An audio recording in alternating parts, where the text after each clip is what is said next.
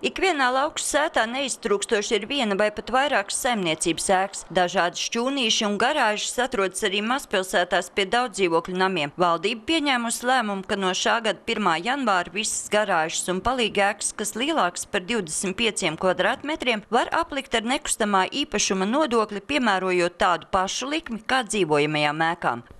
Protams, ka uztrauc. Tā jau naudiņas nav un vēl būs jāmaksā par šķūnīšiem. Bet bez jūs nevariet iztikt? Bez šķūnīšiem? Protams, kur tā malku liks? Mēs jau kurinam ar malku tikai.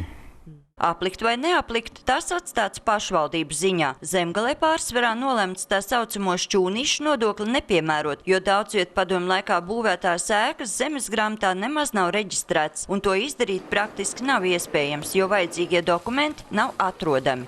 Un ko tad darīt šādā situācijā? Tad būtībā šeit vienkāršos nosacījumus, un tad jau, kad ir pateikti spēles noteikumi, kas gada laikā ir jāizdara, tad domājam jau par šo pilnīgi par nodokļu aplikšanu. Pašlaik Saeimā izskatīšanā ir grozījumi kadastra likumā, kas paredz, ka šādos gadījumos īpašumu var reģistrēt vien saņemot no pašvaldības izziņu, bet tiem, kur nemaz negrasās legalizēt īpašumus, pašvaldība jau pašlaik varot piemērot sodu naudu 250 latu apmērā. Sistēma tiek kārtota un tiek domāts par šīm palīgākām, kuras nav šobrīd kadastrā. Lai gan es gribētu teikt tā, ka mēs nevaram teikt iedzīvotājiem, ka jūs tā kā neko nezinājāt. Gadu tā norma likumā bija, ja?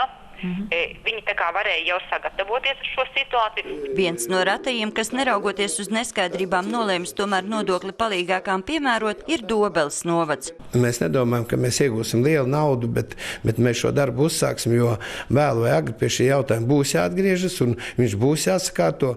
Viņa prāt, katrai būvēji ir īpašnieks un pagastu pārvalžu uzdevums būs tos apzināt, bet palīgēkas, kas reģistrētas kadastrā, bet dabā faktiski vairs nav atrodams, no reģistra līdz šā gada 1. oktobrim dzēsīs bez maksas. Sandra Leitāne, Andris Pāns, TV Spektrs.